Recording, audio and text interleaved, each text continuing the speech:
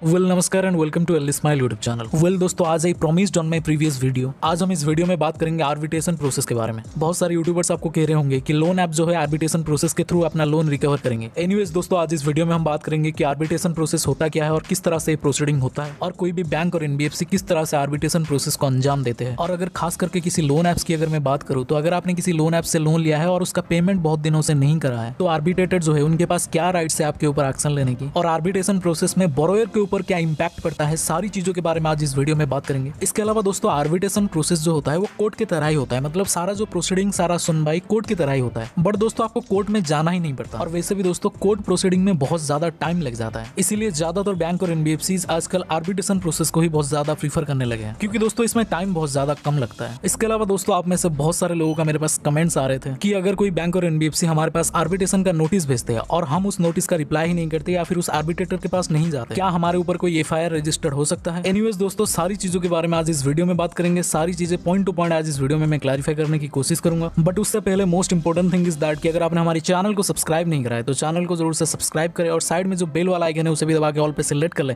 ताकि हमारे वीडियोस का हर एक नोटिफिकेशन आप लोगों को पहले मिल जाए। वीडियो में आगे जाने से पहले एक बेहतरीन अर्निंग प्लेटफॉर्म के बारे में बताने वाला हूं, जिसका लिंक मैंने डिस्क्रिप्शन में दे रखा है। जैसे स्क्रीन पर आप मेरा खुद का अर्निंग देख सकते हैं। मैं यहाँ से 5500 के आसपास बस 3-4 दिन में कमाया है। This is one of the most highest earning platform now it is. The most important thing is that कि इसमें अर्निंग करना बहुत ही ईजी है और कोई इन्वेस्टमेंट वगैरह आपको करना नहीं पड़ेगा। जैसे ही आप डिस्क्रिप्शन में देंगे लिंक के ऊपर क्लिक करेंगे, एक एप्लीकेशन आपके फोन में इंस्टॉल हो जाएगा जिसका नाम है ग्रो। उसमें पहले तो आप अपना अकाउंट जो है सक्सेसफुली ओपन कर लेना है। अकाउंट ओपन करने के लिए आपको आधार और पैन की जरूरत है, और आधार कार्ड जो है आपकी फोन नंबर से रजिस्टर्ड होना जरूरी है, क्योंकि इसका जो लास्ट प्रोसेस है वो ई साइन प्रोसेस है। जैसे आप अपना ई साइन कंप्लीट कर देते हैं तो आपको इसमें लिखा आ जाएगा congratulation, your account has been successfully open. तुरंत बाद ही आपको 100 रुपीज मिल जाएंगे, जिसको आप विड्रॉ भी कर सकते हैं, जो कि 24 आवर के अंदर अंदर आपके बैंक अकाउंट में क्रेडिट कर दिए जाएंगे। मतलब बिना कुछ किए ही आपको पहले ही 100 रुपीज मिल जाएंगे दोस्तों, जिसको आप विड्रॉ भी कर सकते हैं। और इसमें कोई चार्जेस वगैरह नहीं है, आप बिल्कुल ही फ्री में इसे अर्निंग कर सकते हैं। आप जिसको रेफर करेंगे उनको भी 100 रुपीज मिलेंगे, और आपको भी 100 रुपीज मिलेंगे दोस्तों। अगर आपके घर में 10 लोग हैं, उनको अगर रेफर करते हैं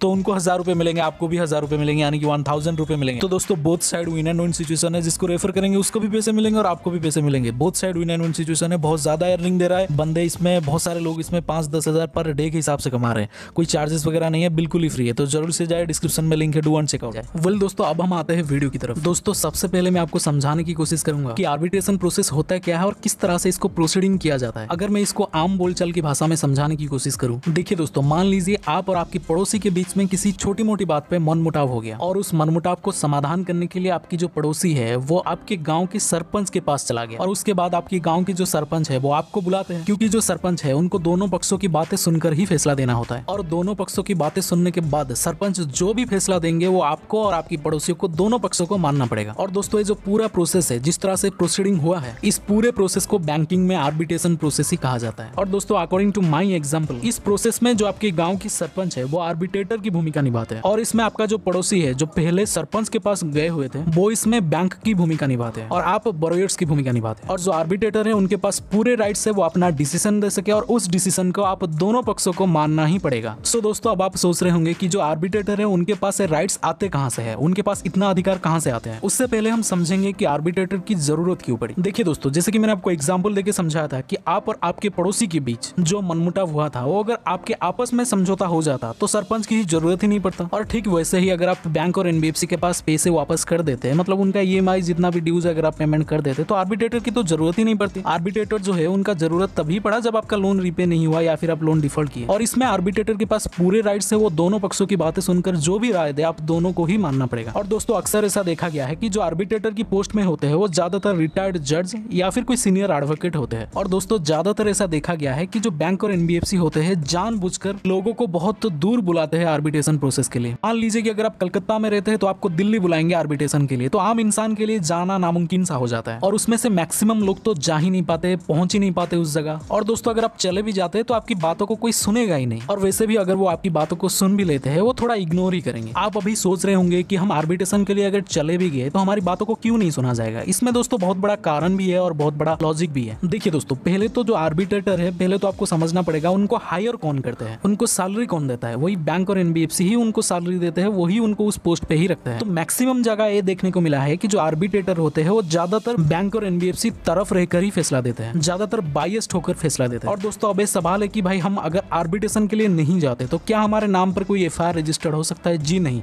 अगर आप नहीं जा पाते तो आपके नाम पर कोई एफआईआर रजिस्टर्ड नहीं करवाया जा सकता। बट दोस्तों अगर आप आर्बिट्रेशन के लिए नहीं जा पाते तो आर्बिट्रेटर जो है बिना आपकी पक्ष को सुने अपना राय दे देते हैं, जो कि ज्यादातर बैंक और एनबीएफसी के पक्ष में ही होता है। और उनके पास राइट्स है कि आप अगर कहीं जॉब करते हैं तो आपकी सैलरी से 50% सैलरी कट उस बैंक और एनबीएफसी को दे सकते हैं। मतलब आप अगर कहीं पे जॉब करते हैं तो उस कंपनी को आर्बिट्रेटर जो है ऑर्डर कर सकते हैं ताकि वो आपकी 50% सैलरी को कट करके उस बैंक और एनबीएफसी भेज दिया जाए जहां से आपने लोन लिया है। या फिर आपका कोई अगर बहुत ही बड़ा दुकान है, बिजनेस है, तो आर्बिट्रेटर के पास पूरे राइट्स है, वो आपकी दुकान का मालिकाना हक उस बैंक और एनबीएफसी को भी दे सकते हैं। मतलब दुकान तो आपका है बट मालिकाना हक बैंक और एनबीएफसी के पास ही रहेगा। तो दोस्तों अब बात आता है कि अगर कोई आर्बिट्रेटर अपना राय और फैसला सुना देते हैं बायस्ड होके या फिर बिना हमारी बात सुने, क्या हम उस राय के ऊपर कोर्ट पे चैलेंज कर सकते हैं? क्या हम उस पे स्टे ले सकते हैं? देखिए दोस्तों, पहले तो मैं बात करूंगा जो आर्बिट्रेशन एंड कैंसिलेशन जो एक्ट आया था वो 1996 में आया था। और दोस्तों 2019 में जब इस पे अमेंडमेंट आया, मतलब जो बदलाव हुआ, तो हाँ दोस्तों आप इस पे चैलेंज कर सकते हैं, वो भी कोर्ट में। मान लीजिए कोई आर्बिट्रेटर आपकी सैलरी से 50% कट करने का ऑर्डर दे देते हैं, क्योंकि दोस्तों ये हर एक इंसान के लिए पॉसिबल नहीं होता। कई लोग तो ऐसे हैं जिनको पूरी सैलरी भी बहुत ज्यादा कम है, मतलब पूरी सैलरी में भी उनका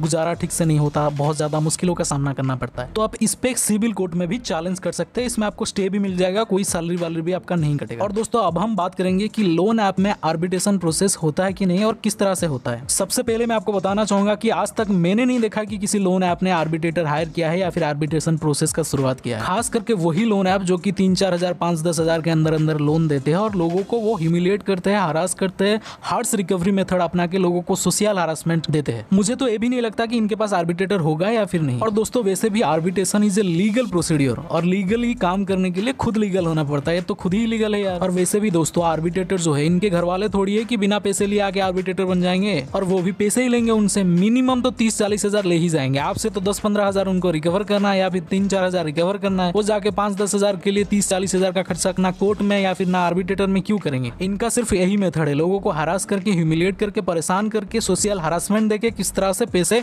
रिकवर करना, जो ज्यादातर 7 और 15 दिन का ही लोन देते हैं। इनसे डरे घबराए नहीं। कोई आर्बिट्रेशन तो मैंने तो नहीं देखा आजकल, कोई होता होगा या फिर इनके पास आर्बिट्रेटर होगा भी नहीं, इस चीज का भी गारंटी नहीं है। तो डरे घबराए नहीं, सामना करे चीजों को। और अगर आपको परेशान करते, ह्यूमिलिएट करते तो इनका फोन ना उठाए बस, क्योंकि ऑब्वियस सी बात है अगर आप किसी पर्टिकुलर कॉल पे हरास हो रहे हैं, अगर आपका चिंता बढ़ रहा है, क्योंकि दोस्तों चिंता चिता के समान है, जितना हावी होता जाएगा ना उतना आपके लिए इफेक्टिव होगा। तो सबसे अच्छा गाली खाने से अच्छा इनका फोन ही स्विच ऑफ कर ले या फिर इनके फोन को रिस्पॉन्ड ही ना करे। थैंक यू सो मच, इतना था वीडियो में। अगर आपको वीडियो पसंद आए तो वीडियो को एक लाइक जरूर करें, चैनल को जरूर से सब्सक्राइब करें, अर्निंग के लिए डिस्क्रिप्शन जरूर चेकआउट करें। Salute Indian army, love you all, जय हिंद, जय भारत, खुश रहे, आबाद रहे और हमारा वीडियो देखते रहे।